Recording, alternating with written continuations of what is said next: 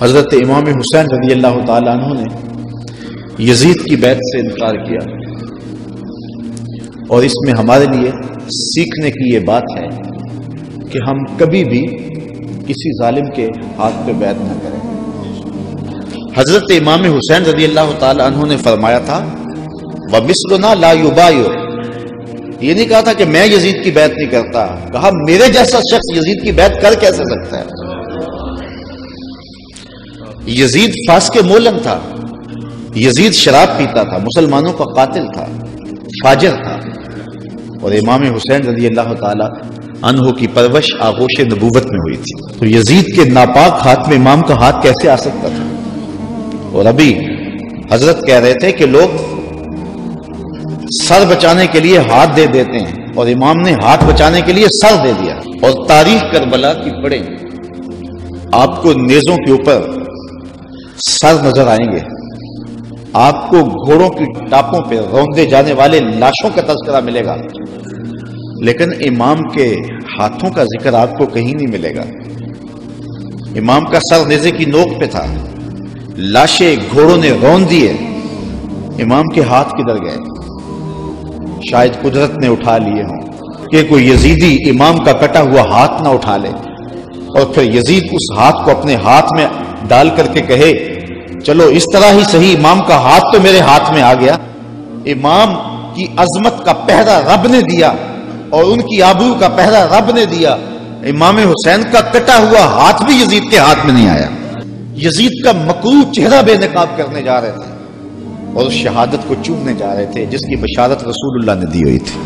حضرت امام حسین سے سیکھا جا سکتا ہے صبر اور استقامت کا سلیقہ، کہ انہوں نے کس طرح صبر کا امتحان دیا۔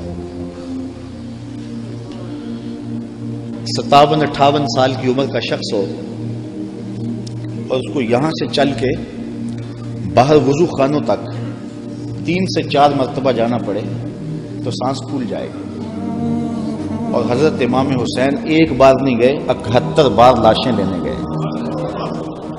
71 مرتبہ لاشیں لینے گئے ہیں، اور لاشیں بھی بیگانوں کی نہیں ہیں، اپنے بیٹوں کی۔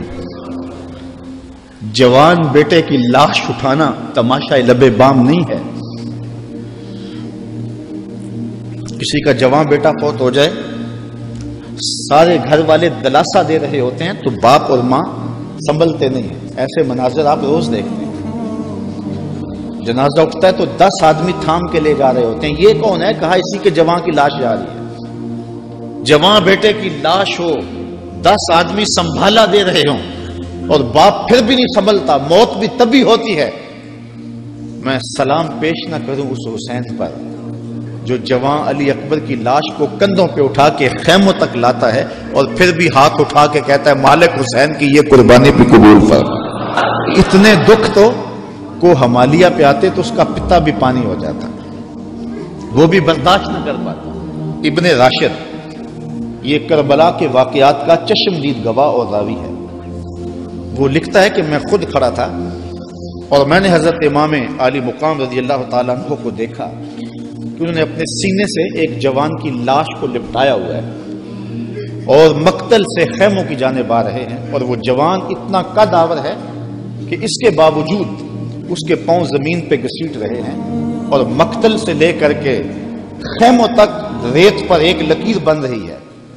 تو میں پہچانتا نہیں تھا اس شخص کو، وہ نوجوان کون ہے؟ تو میں نے کسی سے پوچھا، میں نے کہا یہ نوجوان کون ہے جس کو امام اٹھا کے لے جا رہے ہیں؟ کہا یہ امام حسن کا بیٹا قاسم بن حسن ہے۔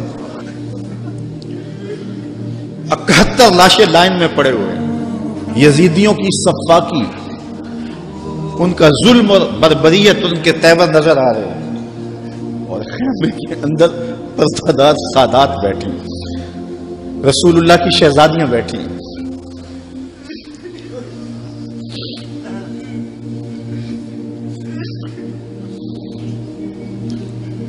ان کا کیا دکھ ہوگا جو امام کے کلیجے میں،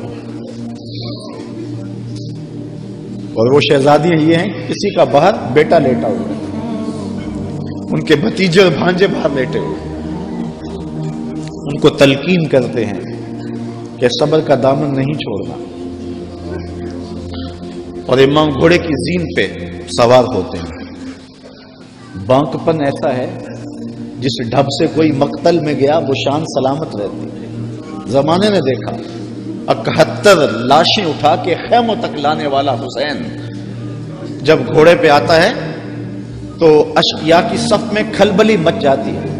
آواز آ رہی ہے یہ کون ذی وقار ہے، بلا کا شاہ سوار ہے، لباس ہے پھٹا ہوا غبار سے اٹا ہوا، تمام جسم نازنی چھدا ہوا کٹا ہوا پھر بھی ہے ڈٹا ہوا، یہ نبی کا نور عین ہے، یہ بن یقین حسین.